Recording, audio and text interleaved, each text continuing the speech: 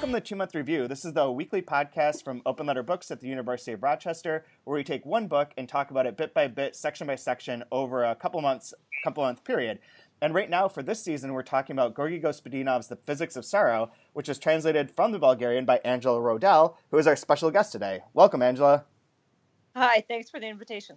And as always, I'm joined by Brian Wood. Hi, Chad. Hi, Angela. I'm actually glad you're here, but hi, Chad. Just fair enough.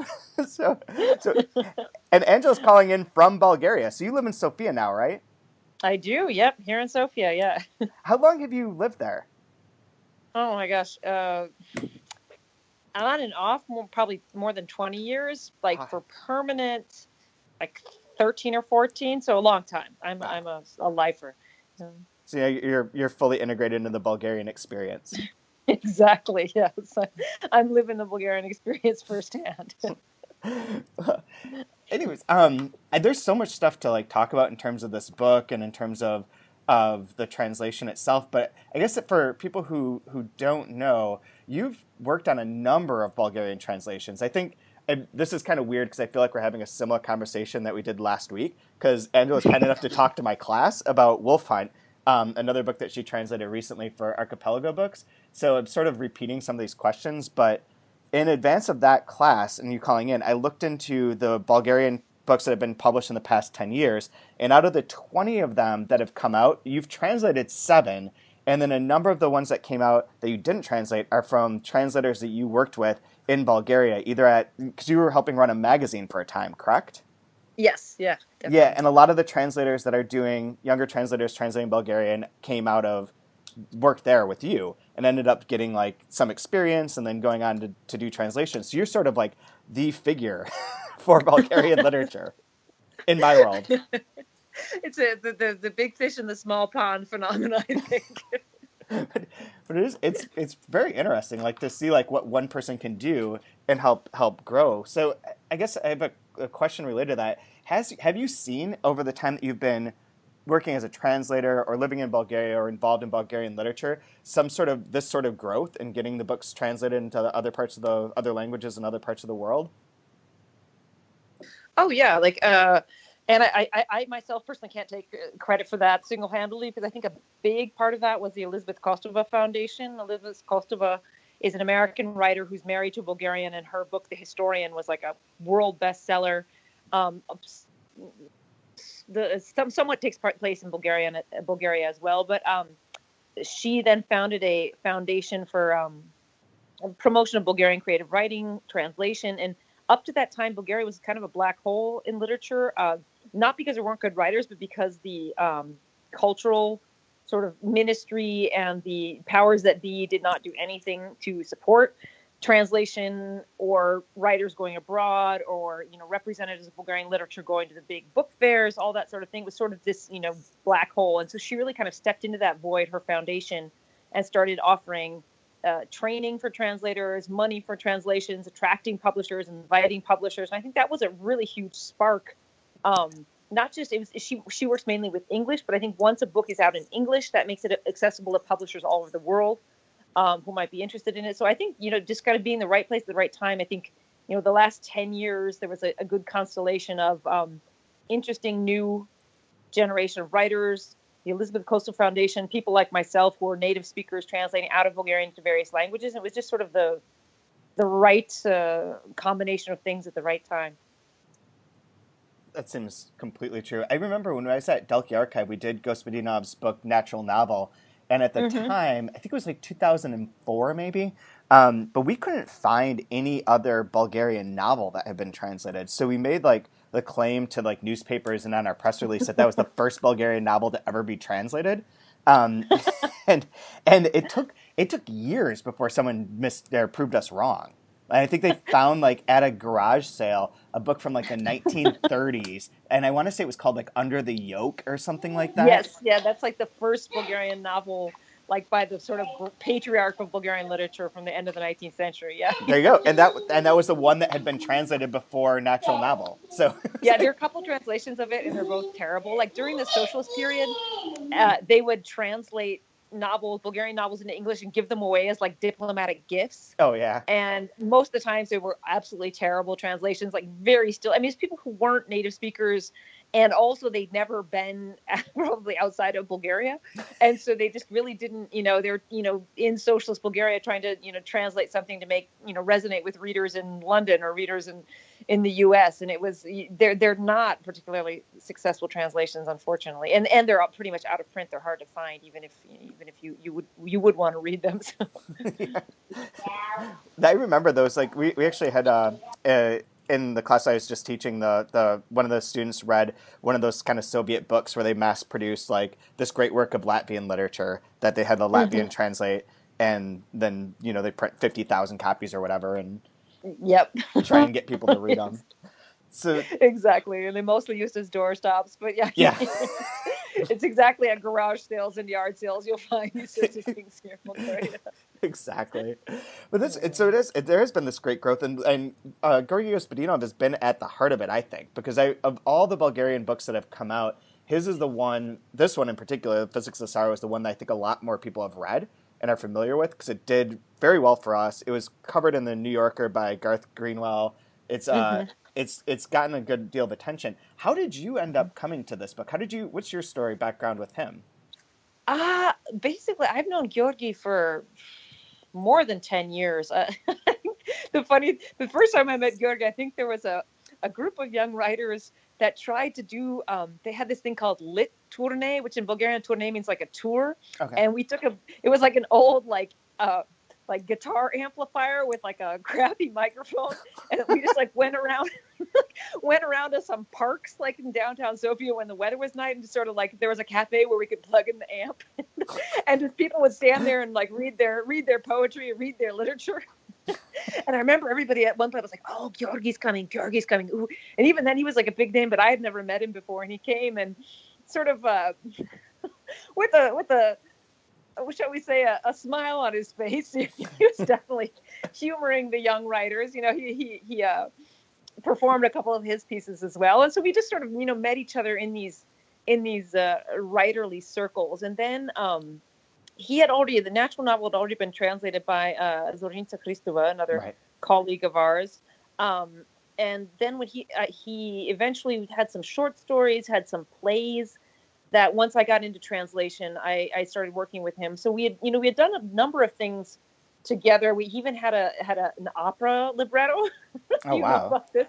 This Polish opera company, somehow I think they really liked natural novel, and they wanted him to do an opera libretto based on this. So I translated that as well. And so we've had an interesting sort of creative partnership over the years. So it was really wonderful to get the opportunity to then work on physics. And I saw parts of it before it was officially out, and it was great. It was really wonderful to be able to work with him very closely during the translation of this book. I was going to ask, was he greatly involved in the translation? Yeah, actually, he and both his wife speaks English very, very well. Georgi speaks English well now, especially now that he's in New York. He speaks much better. But so the three of us, actually, a lot of things we go back and forth. And the funny thing is that he has a number of editions of the physics that was translated already, was already in Italian and German and a couple other languages. So when we were stumped, I was like, hey, let's look what the Italian says. Let's look what the German did. So we used his personal library of translations also to give us some. And I realized the Germans, like when anything was hard, it was like a play on words, they just skipped it. I was like, are you serious? Yeah. I was like, oh, that's so, let's just cop out. A couple parts that were like right after the letter to the young, what is it, the Komsomolets or whatever, the Komsomol member, the Communist Youth League member. Right. There was this sounds, the T's that are sort of like dragging along on their butts or like bumping along their butts, which is really funny in Bulgarian and very like onomatopoetic. Uh-huh. And I remember being like, oh, okay, let's check out the Germans. They totally this. Let's just pass that one right by. So. Of course. Yeah, exactly. So, but no. So I actually had a lot of fun, with Georgi and with Biljana, his wife, the three of us working with this book. I would think like the style of this and the structure of the novel, where it has all the different kind of bits and like each chapter or part is sort of more thematic than it is plot driven, would be both like a boon to translate, but also kind of complicated in the sense that you've got to stay with the tone, but each section is its own individual section. And it seems like less of problems with like continuity or problems of like trying to keep voices the same. You get to do each little section different. How did that work for you? Was it more of a challenge than it seems like it would be, or did it lend itself to translation because of its very fragmented nature? Yeah, it was tough in the sense that you're right. It's not like having characters whose voices you have to keep consistent, but it was his, and Georgi is a master stylist, and so each one of these, very short sort of snapshot sections that might be only 2 or 3 sections has kind of its own flavor, its own register, its own voice. Some of are sort of sound like a scientific report. Others are definitely very colloquial, personal, almost something like out of a journal. Some are supposed to be, more academic sounding. It was just, very, very different in terms. Some were sort of more like in the opening where he's this, the grandfather Georgi is going back to this fair, slightly old-fashioned sounding, in terms of vocabulary. So he uses a lot of different socialist speak, a lot of different types of language, and that's actually one of his aims in the book, was that he had that Noah's Ark, that metaphor of the Noah's Ark, Right. where he wants to have all these different kinds of animals, in the sense that the animals are different types of text, different types of writing. And so it was very deliberate in terms of playing with style, which was hard, which is very hard, because there are things that we don't really have in English, like socialist speak. Yeah. That's a whole sort of register that just doesn't exist. And it's hard to translate because it's not what's said that's important, it's how it's said in this sort of like pompous, highfalutin style. But if you actually translate it, it doesn't really mean anything. So it's really this sort of like grandiose blah blah blah. And so it's, there were certain styles that which for Bulgarian are very natural and very sort of I wouldn't say easy, but sort of natural to slip into, that were very hard in terms of English, how to reproduce that and have the effect that it's something different that's going to be juxtaposed against the other sections. That's interesting. There was, Brian, I think this is going to really interest you. I'm just going to try and lead this question in because I know you talked about it last week, but you're saying I don't know how to break this a question, but you're talking last week about the difficulty of like Bulgarian literature, of novelists coming up and learning how to be novelists, and like that there wasn't a lot of novel writing for a long period of time, and that some of the things that are still there are tricky in terms of like point of view gets really whack. And there's some difficulties with that. I wondered if you could just talk about that for a second. I want to give away your story. I just want you to tell it again. It's true. Like Bulgarian literature is a really young literature. Like as we were talking, that book that you found, Under the Yoke, that was Bulgaria's first novel. It was the end of the 19th century after the liberation in 1878. And even throughout the 20th century, like there are some incredible classic works of literature, but they tend to be short stories, poetry. Bulgaria has a really incredible poetry tradition. There are some novels, but they tend to be historical novels. And there is a problem.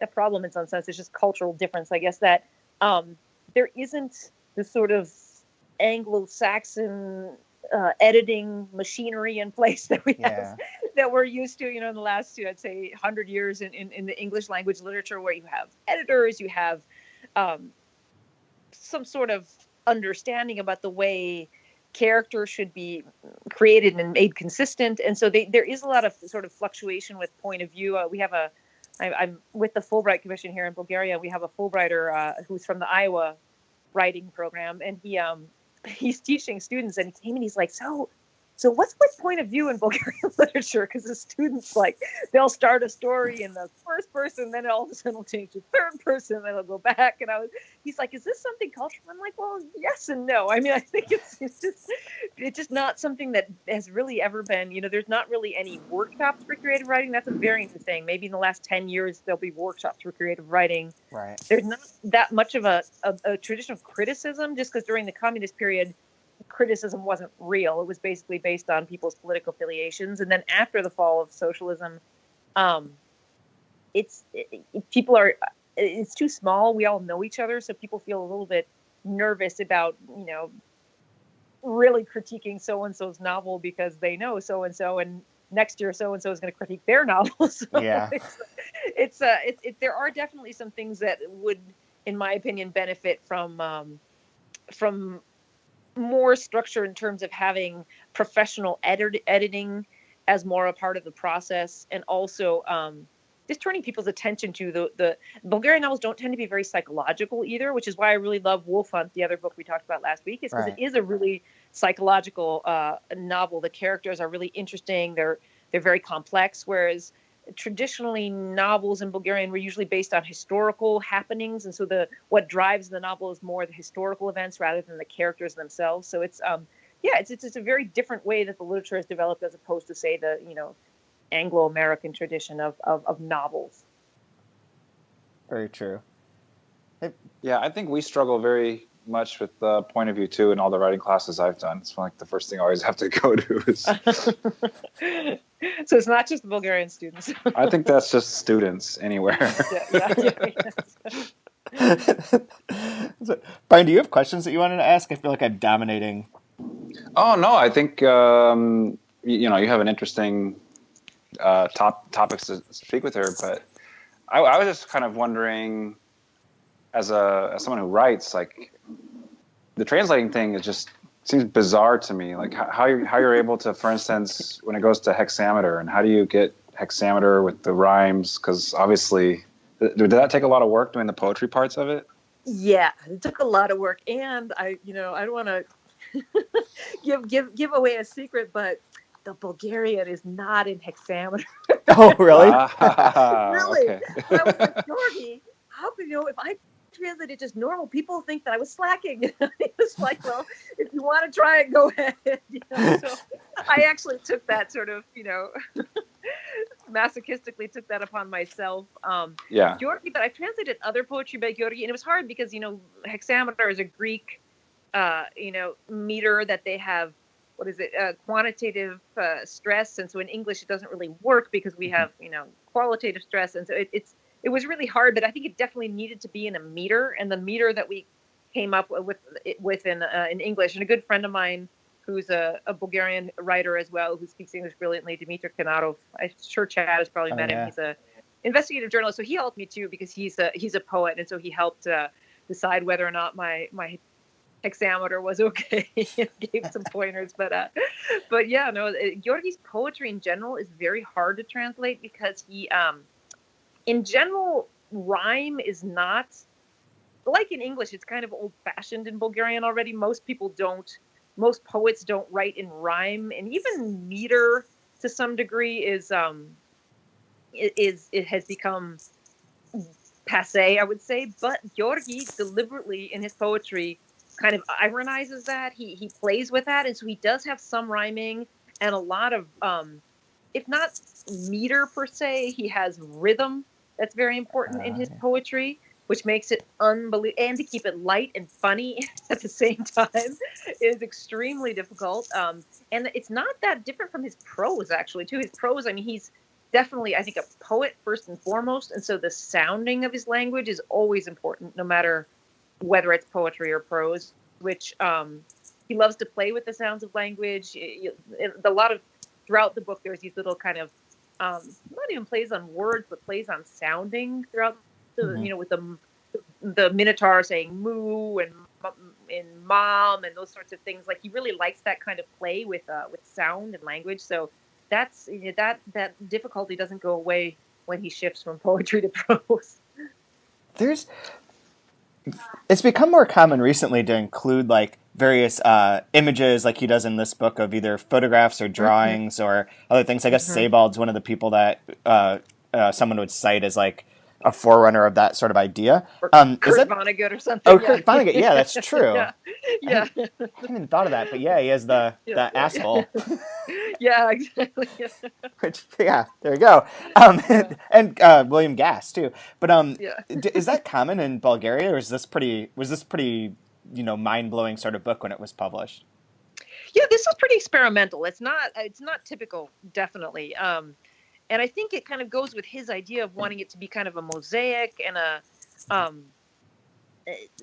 fragmentary in terms of not just even fragmentary with language, but to be interrupted by pictures and images and charts and tables. So I think it was a deliberate stylistic experiment on Georgi's part. I wouldn't say this is typical at all for contemporary Bulgarian literature. Yeah.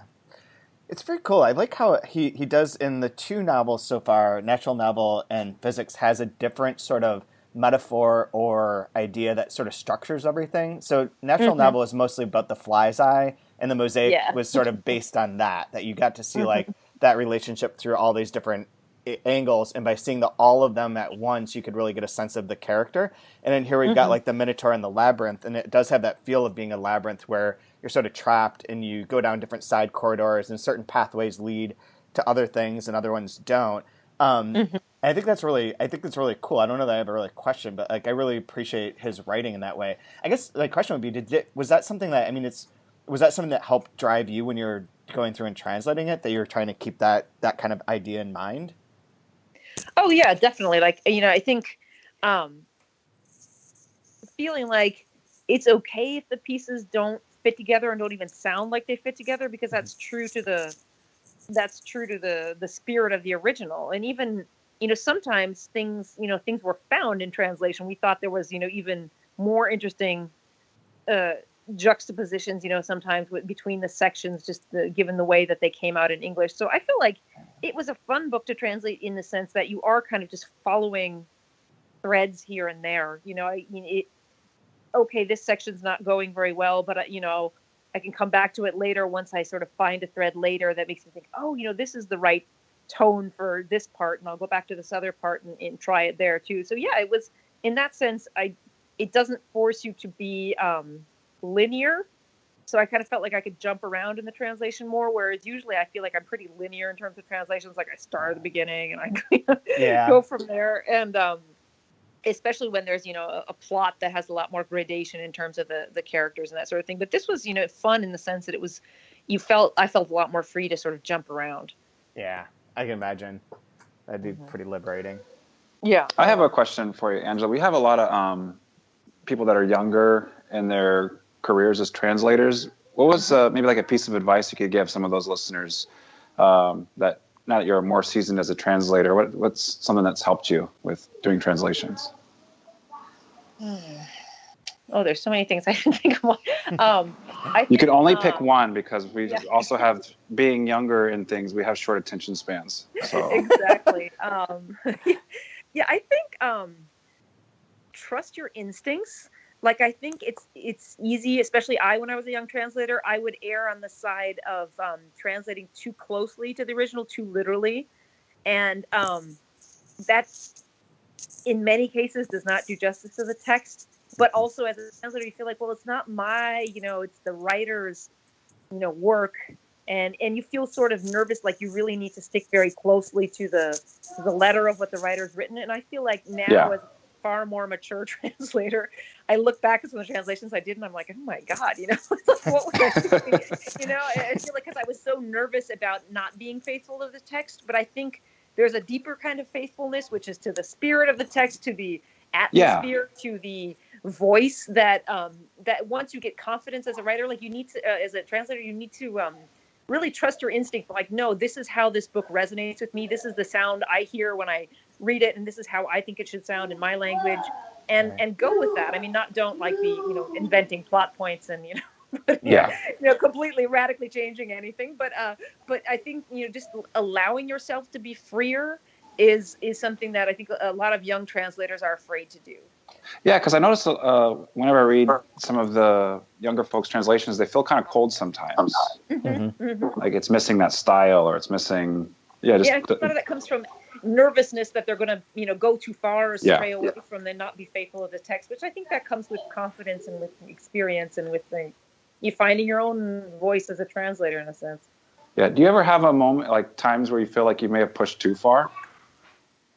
Yeah, I usually translate something and then put it aside, like ideally for like a week, and then I go back to it when I've kind of not forgotten the Bulgarian, but it's not fresh in my mind. And sometimes I'll right away be like, oh no, this I didn't get the right tone at all. It's over the top. It's like with Milan Ruskov's book that we did with Chad, Right. Thrown into Nature, I had started out maybe exaggerating the voice of the narrator too much. And I think we worked with Milan, and I think he was absolutely right in that respect, to pull it back some.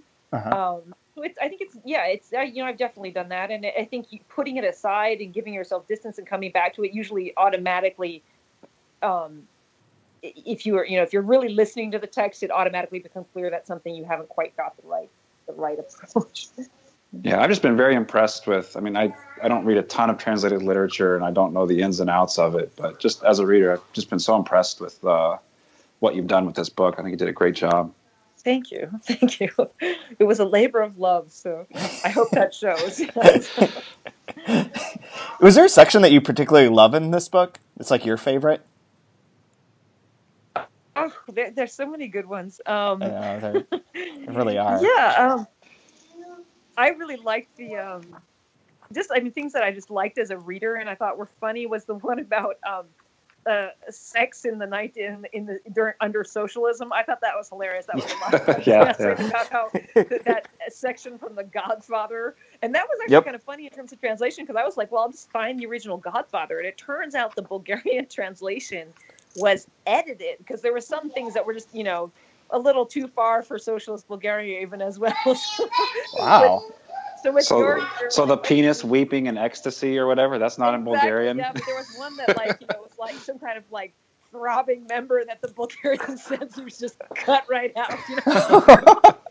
So we were like, do we be true to his childhood experience of reading this somewhat edited version of this hot passage, or should we just put the whole hot passage? And I think we went with the socialist edited version of it too. But that was a lot of fun. I love the beginning, with the whole grandfather. Yeah. With the fair, but also then the grandmother who forgot the boy at the mill. I just really love all the opening sessions about the grandfather in Hungary. I thought that was an incredible line throughout the novel, his relationship with the grandfather. And I think all those parts were really, for me, probably the most fun to translate. Yeah. I really like that section too. I mean, I like a lot of this book, and I like the way that those themes keep coming back. We've talked a lot about the parent-child theme, but even looking back at that now, that's another instance of it where it's foregrounded and then gets brought up as a motif or as an idea throughout the rest of the book and kind of variations and changing. But really right there at the start, it nails it with leaving the child behind almost. Exactly. Yeah. Oh man, such a good book. So I know I asked you about this last week, but I want to give you a chance to talk about it more. We use your music as the opening to every one of these podcasts. Do you want to talk about your band a little bit? Yeah. I came to Bulgaria to study Bulgarian folk music. I didn't come to translate Bulgarian literature. That happened later. I just fell in love with Bulgarian folk music. I don't know if during the 1990s it was they won some Grammys. It's called the Mystery Bulgarian Voices. It's this sort of art version of Bulgarian folklore, and I fell in love with that music and came here to study. And so for the last 20 years I've been doing music as well. And I think it's not surprising that people who love music often love language as well, because there's just a certain musicality. And it was funny, I was at this European meeting of translators from all different languages into English, and out of the dozen of us, every single one was a musician. There definitely is something to this, that people who love the sound of music love the sound of language too. And so basically for the last maybe 10 years I had a folk rock band with some friends that was, we take folk motifs and then have guitar, bass, and drums, and do some of our own original stuff, but it was pretty heavily folk based. The project that I'm working on now with my husband, Splendor and Misery is the name of it, and it's more poppy and more electronic. Definitely because I love folklore. There's a folklore element in terms of the way that I sing and some of the instrumentation we use, but everything's in English. It's all our original words and music, so it's more distant from folklore, but still informed by it, I would say. And I mean, we have fun. We hang out at home and record albums. We play out, not very often, a couple times a year, just because we're too lazy to organize things. But You want I to was arrange it real. for- I was you want really us to hoping your Rochester? band was going to be called Angela and the Minotaurs, but that's okay. Oh, Maybe where were you when we needed a band? for a pop band. Exactly. It always be changed. So yeah. And it does. I mean, it really does. Splendor and Misery and Stars and Babies is the name of the song. All of that relates directly to Physics of Sorrow. Exactly. That was serendipitous. It was not planned, but And just so that I'll plug it on your behalf, it's on Bandcamp, correct? That you can buy yeah. the whole album, buy each one of the tracks. It's all on there. So everyone who's listening, I linked to it on every one of the posts. But Cool. now they hear you, people What else? rush out. Okay, I hope so. But yeah, actually, it's funny how we couldn't think of a band name forever. And we were like, okay, we're going to, an album's ready. We need to have a band name. And I was reading this essay on translation by Georgi Gospodinov, and it was The Misery and Splendor of Translation. And I was like, there's our band name. So it's all related. It's all tied together.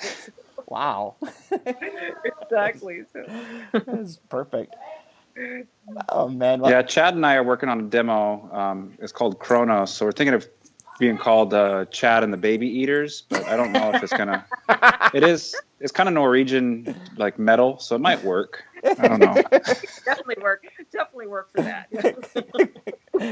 I bet that band exists already. It probably does. It's just growling. Yeah. Oh, man. Well, I don't have any other questions to ask you.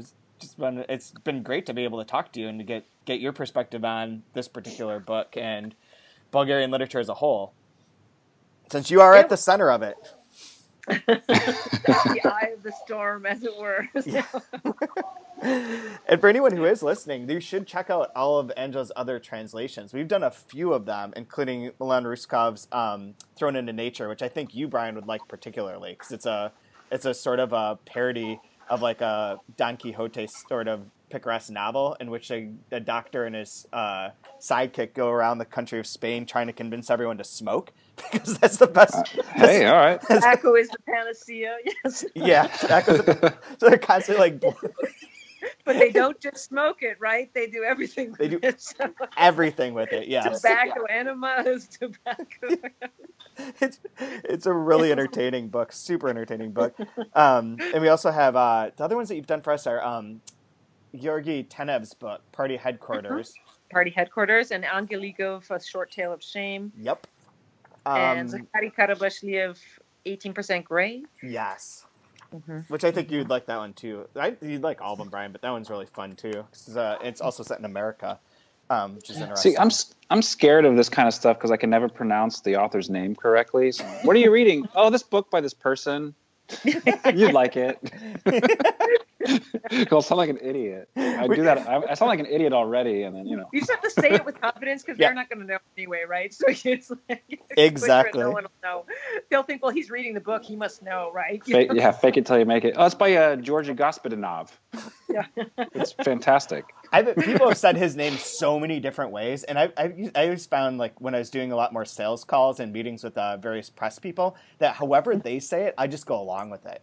Because then because you don't want to crack them because it makes them feel uncomfortable. So I just like whatever you say first, fine. Yeah, absolutely. Yeah, make them feel like they know this author. They're I know like Dubravka Ugreshik, which is pronounced slightly different than that, but she always has us take the accents off her name. She's like, it's already hard enough to pronounce. You can't want anyone like just feeling like... You want to like freak people out visually as well. Yeah, that's true. Exactly. Very smart on her part.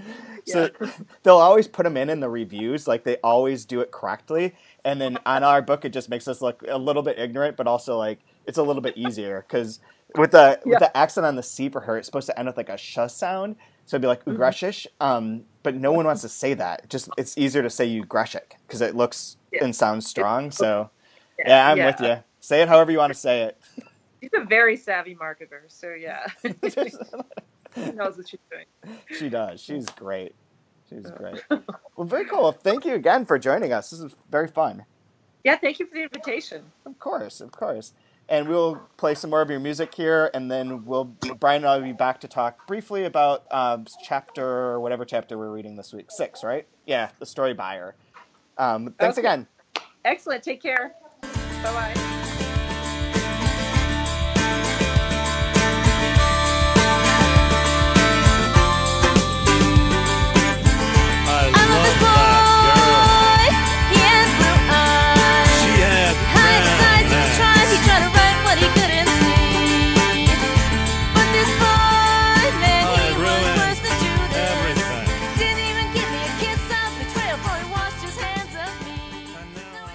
Okay. Hello, everyone who's watching us. This is Chad from the 2-Month Review, and I'm here as always with Brian. And we don't even need to do this intro because we actually recorded half of this podcast before coming on here.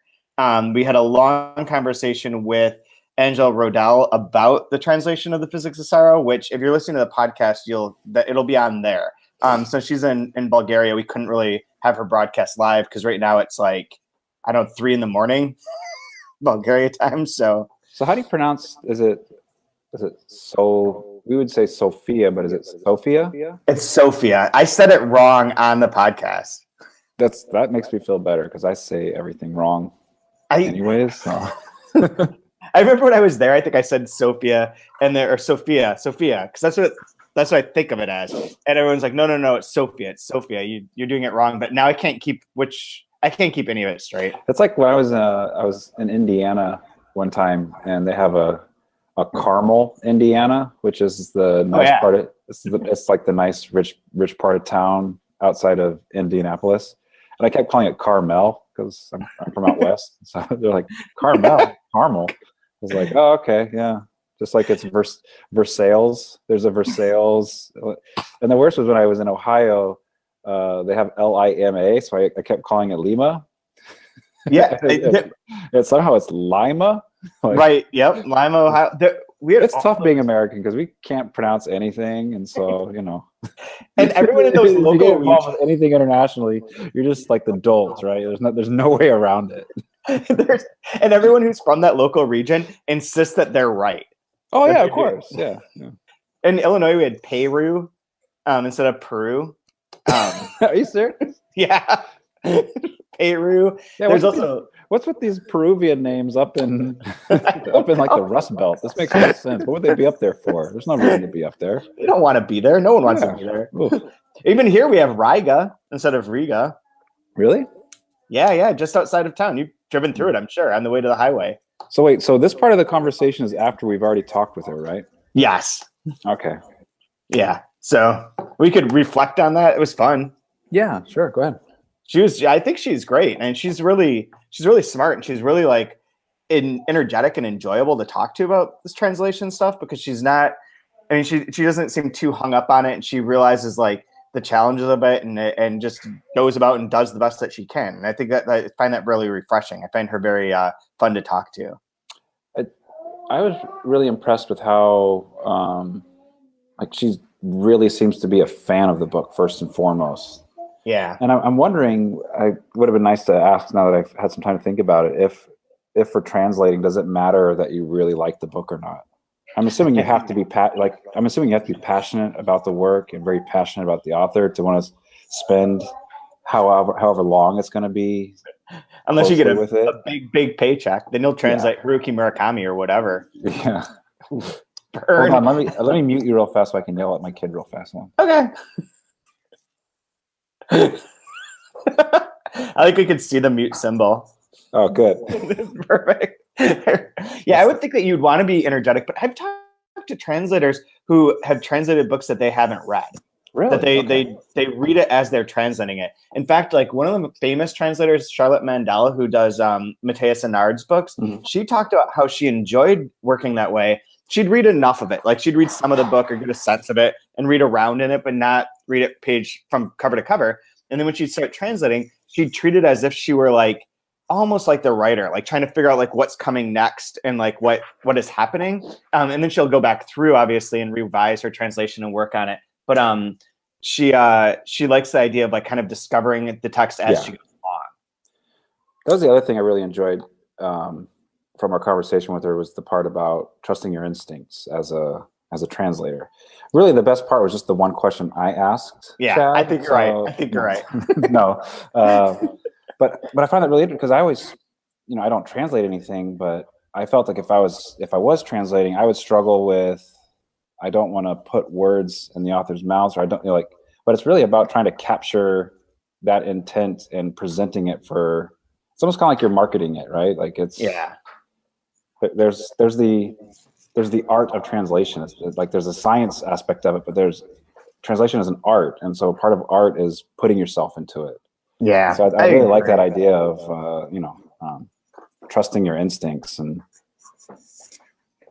going for it. There is like, do you find that though with some translations say that you don't want to take on or something, like it feels cold or flat or? It feels, my thing that I always tell the students at Plube at the workshop, whenever I feel like their thing's not working, it seems to me like they're using too many words frequently, and it comes across as that kind of cold, dead. It doesn't feel written. It feels like they're just like putting all the words onto the page. Yeah. And it doesn't have like a voice. It doesn't have that sense. There's like the book that I don't think we mentioned it on the podcast. I think it was after we hung up, but Adam Thirlwell's book, The Delighted States, is really interesting because it's about like world literature and like these kind of big trends of like how to describe reality through writing, and how there's been different tracks of this. There's like the trying to be very realistic, and then there's the books and the writers who just like treat the text as a game and as a play and as a text itself, and have more kind of wild things like Crabble, or Lawrence Stern is a really good example of that. And he talks about translation in that book and uses like, it almost becomes spiritual in a sense, but that the thing that gets through no matter what the translation is doing is the sort of style of the book. And that part can get conveyed. Even if something seems untranslatable, the style of it can still be conveyed in the translation. So he even uses like an example of a French translation of Lawrence Stern that eliminates most of the jokes because is like edited, and it's like they thought certain things were obscene, so they sort of took out parts of the jokes about where it's referring to itself, and yet somehow it like got through to people who read it of like what this book was. So there's something mystical in a sense, and I think when translators find that part of it, you can feel that when you read their translation. It doesn't feel like too many words that are just there. That's funny. I was reading a book on grammar. I think it was some English dude. The Glamour of Grammar, maybe it was called. I don't know. Great title, right? Yeah. It's a selling title. Yeah. But he was talking about reading the safety cards on an airplane, and it has all the different languages. And he was counting exactly how many words were in the Spanish line. And then he would count how many were in the French line and how many were in the Vietnamese line. And then he would go to the English line, and he kept finding, more often than not, because the English language is so humongous, there is a particular word for just about everything. And so you can you can actually shorten things down in English if you want to.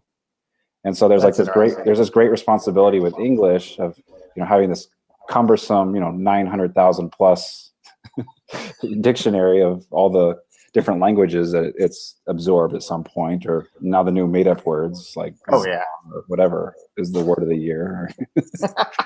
But like you said, having too many words, like if you're really giving it that, like, so when I'm teaching writing, I'm always like, get rid of all these words. People don't want to read all these words. Just get rid of them, and your style comes out the more you can take away from it.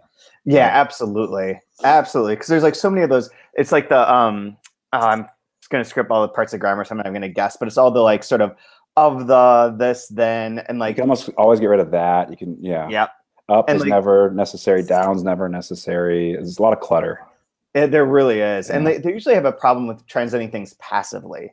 Like people will try and like, because I think that, I mean, this is maybe not, this is fairly uneducated, but who cares? It's, live podcast. But that a lot of the languages can use the infinitives in a different way than we can. So when we start translating into English or using English like, to walk or whatever, instead of just walking or walk, it sounds very weird, and it sounds very cold and dead.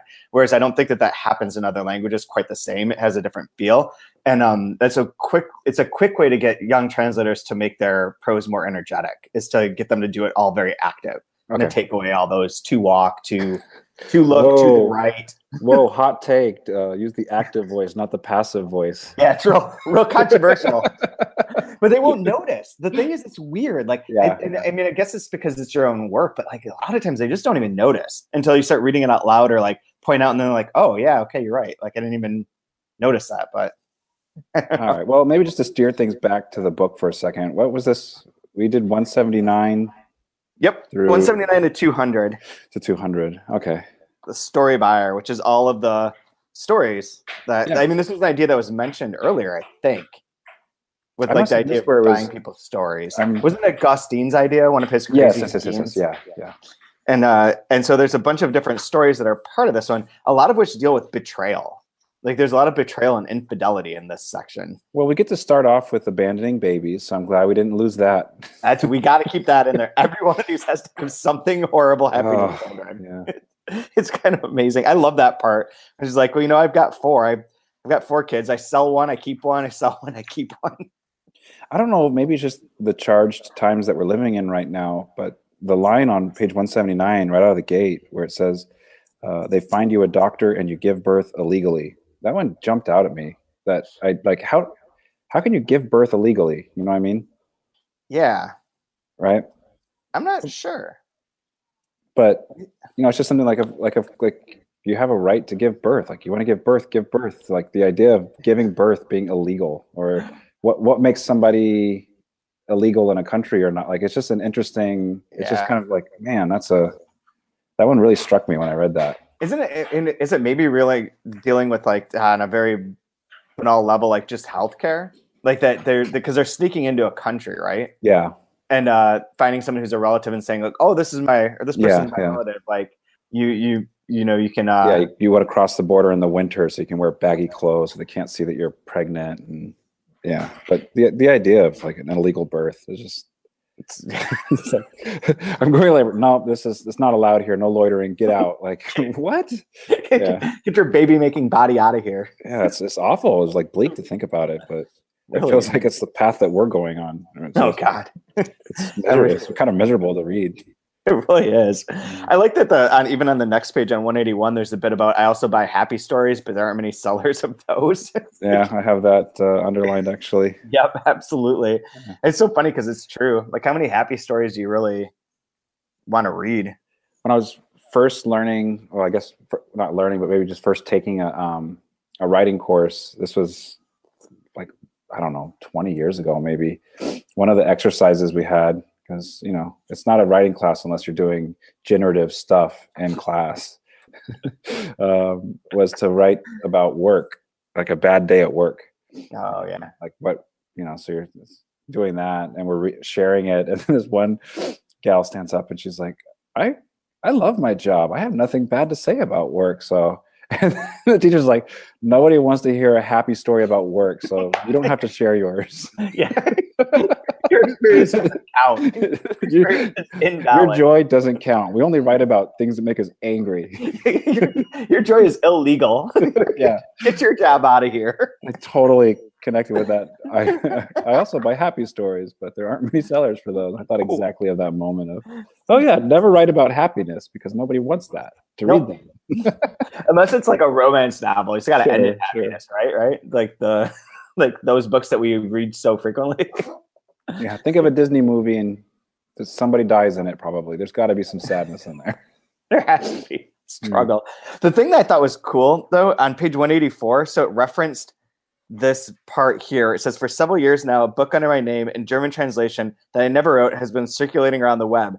Ding Kunst, Kant und Singernossen by Weiser Verlag 2005. You can look it up. It's real. It's in Amazon. Oh, you did look it up? Yeah, I immediately looked it up because I was like, I think I remember doing this before, but I couldn't remember if I found it or not. It comes up immediately on Amazon, and it says it's by Georgi Gospodinov.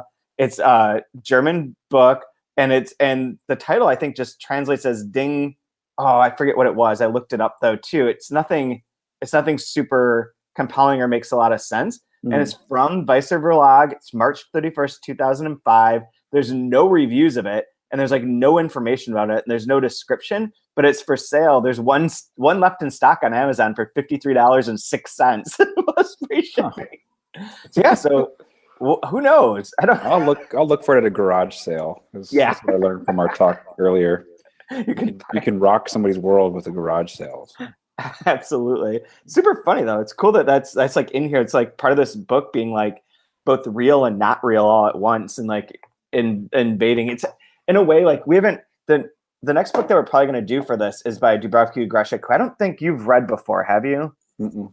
Okay, so she does a lot of things with this idea of like in the book Fox, a lot of stuff revolving around like how an event gets translated into fiction and gets created into a novel or whatever, and taking like the real life and sort of playing with it. And a lot of her stories and a lot of her essays tend to have like a real solid element of reality to them. Yeah. And they're never quite clear as to where she blurs the line, which is sort of that kind of common like personal essay thing, but she does it really well and in a really interesting way. And she reminds me of Gospodinov in these moments where he like takes that real bit and uses it for a larger joke or a larger story. Yeah, it really blurs. This one blurred in a couple places when he was talking about at the wedding dinner with Rushdie. Yeah. That felt like it was probably real. Like I feels like don't that know. Too. I don't care if it is or isn't, but it just I wanted it to be real, so I imagined it like, yeah, he probably, of course, a writer in Europe met another writer, and you know. Yeah. I remember the first time I met Salman Rushdie, I was just like, holy shit! Like this is the guy who like our local in Bay City, Michigan. That's right. He did a reading at Open Letter, right? Yeah, he and Umberto Eco mentioned here. It was the very first reading that we ever did. So both of them together, right at the U of R, and it was the huge event. It was the biggest event we've ever done, obviously, because they're like the most well known. But I remember when I first met him too, like where I grew up when Satanic Verses came out, there was a bomb threat against our stupid little mall in Essexville, Michigan. Like it's not like a hotbed of anything. But because of Satanic Verses and the fatwa and all that, there was like the threat. We got evacuated from the mall, all that kind of fun stuff. And I met him. I was like, dude, you're the guy responsible for that. And now he's like just everywhere. I bet some guys went to Michigan to think about bombing it and thought, oh, somebody must have already done it because this place is a shithole. Bye. This mall is literally just a B. Dalton's and a Kmart. Like, man, even the Orange Julius is closed here. This place sucks. Let's go. We never even had one of those, man. That'd be a step up. I think they got an Olive Garden recently. Oh, look out. I believe Essexville still has a TCBY. Oh, dear. Yeah. But yeah, I think that one really did feel real too. Even like some of the stories, like it's almost like this is a great chapter for like him collecting stories or including stories that he has collected over the years. Because as a writer, I'm sure you have a million people that tell you like, oh yeah, I got a story for you. Hey, here's one you can write, I'll give this to you for free. I'll give you a great example. Somebody came up to me. I was doing a profile pieces on some Doctors Without Borders things. And one of the people that was an EMT came up and was like, hey, man, I've got the best idea for a story for you. Tell me what you think. It's like Die Hard, right? But the main character is an ex-SEAL, and he's a janitor now because it's at the top of this building. And then the top of this building has all sorts of locked down protocols because it's carrying government secrets. And some terrorists show up while he's sweeping the floors, and it locks the building down. And he has to use his SEAL training and the janitor equipment to foil the terrorist plot. Oh, man. It's like Under Siege meets Die Hard. And then he drops this one on me. But wait, the main character is black. No, there you go. Totally. Yeah, sounds great, man. I'm on board. That's you know what? I don't know if I'll have time to write that one, but I like the idea. Then I got like, well, why does like what? First of all, why is the Navy SEAL become a janitor? Like that guy has so many wonderful skills and training, and he's gonna be a janitor? Like what? People who become janitors are people like me who have no other skills. Exactly. like, not if you can like. Clearly, the Navy SEAL is going to have a podcast and then sell books. The Clint Eastwood, they makes movies out of them. Like that's what he's going to do. It's not going to be a janitor at the top of a building. Always at the top of the building too. Well, the top floors, because it's Yeah. special. It's a special building. He said, if you're a SEAL trainee, you're a better janitor than other people. Yeah. Probably pretty quick at it. Yeah. He's good with dealing with long hours. I don't know. Oh my But it's God. basically just Die Hard. Like, you didn't realize they made this movie and it was really good. It was called Die Hard. It's really good. And besides, if you're selling that kind of idea, write it yourself. I know. I don't think that's the kind of book that requires a real professional I writer. get tons of people that come up, and I find out I write, they come up and tell me, oh, I got the, you'll never believe this. This is a great story for you. This woman just got in my cab. She was telling me about her shitty husband. Doesn't have any money for some reason. Yeah, that was fun because a definite shift in voice there too. He kind of played around with voices, and each story kind of had a different way it was told with different styles even. Absolutely. This is great. I think I like this section quite a bit, but we don't even have to go on that much longer since we have a whole huge podcast for you guys ready to go. I don't know. Is there any other section that you wanted to mention out of this, or do you have a favorite quote? I do have a favorite quote for this one. Okay. Yeah. What's your quote? Go ahead. Oh, no, I got to find it. Oh, there it is. This is my favorite part. To tell you the truth, I've always thought that the people they show on TV, the most famous ones, don't actually exist in real life. They must be some kind of computer animation or hologram. Don't you doubt the existence of Madonna or Brad Pitt even a little? which totally plays into my belief that we're all in a simulation. So I'm on board. I don't believe that they're real. I liked I underlined something on 180 at the bottom of the section. It says, without a story, it was all nothing but business. Telling stories is part of Judgment Day because it makes people understand. That's great. I like that too. It's a good section, really fun section too. And then next week, we're going to have to make an announcement somewhere, but we do not want to be doing this next Monday at 9:00 during the national championship. Because I meant to tell you, I had a sealed envelope that had my Final Four pick, and it was all correct, by the way. So well done. I was going to unseal the envelope, which has the date written on it when it was sealed, and I got all 4 correct. So I believe that. What I'll do though is I have another sealed envelope which I will release on live that will show that I have picked maybe the correct finals. So we'll see. But this is proof. I'll open it live. Okay. See that I was right. Yep. I was wrong about San Diego State, but I was right about every other one. All the rest of it. Except for that one. Except for that. Yeah, well, clearly. Yeah, but you have to have one. Pretty good, pretty amazing. Too bad that Tom's Texas Tech is out now. So yeah. Tom came with the knowledge and then left with the non-knowledge. Yeah. My favorite though, like what a wonderful place that you could be where you're one of the basketball experts. They shit the bed on every pick, get everything wrong, and then now they're up there telling you, Loyola Marymount Chicago is for real. You need to believe in them. They were a real Final Four. Well, if they're such a real team, how come none of you picked them to make it to the Sweet 16 or the Elite 8 or the Final Four? Like, you're all liars. Shut up. I believe Charles Barkley had Arizona playing Michigan State in the final, and both of them didn't even last 2 games. Neither of them made it to the next weekend. Yeah, nobody cares about brackets, but let me tell you about mine. Yeah. Yeah, I just love the idea of being so wrong and then be like, I guess that's like with reading books and stuff. A lot of people, will hate a book when it comes out, and then later when it finds out that's actually a good book, they'll turn and be like, yeah, it's a good book. That's a great book. People's opinions are obviously swayed by other people's opinions. Yes. Yes. So important to know. Well, anyways, thanks, man. I will talk to you soon, and we will figure out what we're doing next week. But in the meantime, you guys can always buy the book on Open Letter's website. If you use the number 2 in month, you get 20% off. You can follow us on Twitter at open_letter, and I'm at Chad W. Post, and you're at Brian Wood _.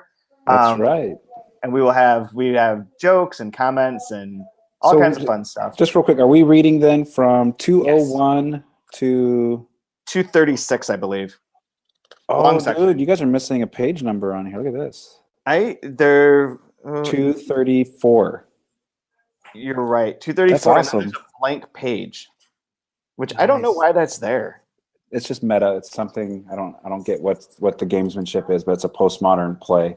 It quite possibly could be, and once you read it, it'll be like, oh yeah, obviously, duh. But like at this moment in time, I don't remember why that would be there. So, oh well, it's a good, nice long section to dig into. I forget who our guest is next week, but we do have someone lined up, and that will be that. And then we should say, just as an announcement, the next book will be Fox from Dubravka Greshik, and then we haven't really talked about this yet, but we have some ideas for post that too, to expand this outwards and do more different books and other titles that aren't just open letter books, but we'll get to that later. But for Fox, that book comes out technically on April 21st, I think.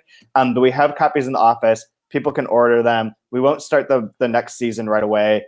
There'll be a few weeks in between, but if you want to buy the book now, do it. I know that it's being reviewed in a bunch of different places over the next few weeks, and being put on those kind of books to read in April lists. So it should be a really quick selling book. So get your copies now before we have to reprint it. So is it we'll only do translated books? I don't know that we have to do that. Okay. I'm going to cut the podcast right around there, but we can just sort of have this conversation. Anyone who's watching can chime in. I don't think that we have to, but I think that would be nice to do some, but also like be mixing an open letter book and then a book from other press, open letter book from a different press, and sort of merge the two. Yeah, I thought it could be fun just maybe keep it small presses or something. Yeah. Only from the presses that you like. Do you like any other presses? Are there any? One or two.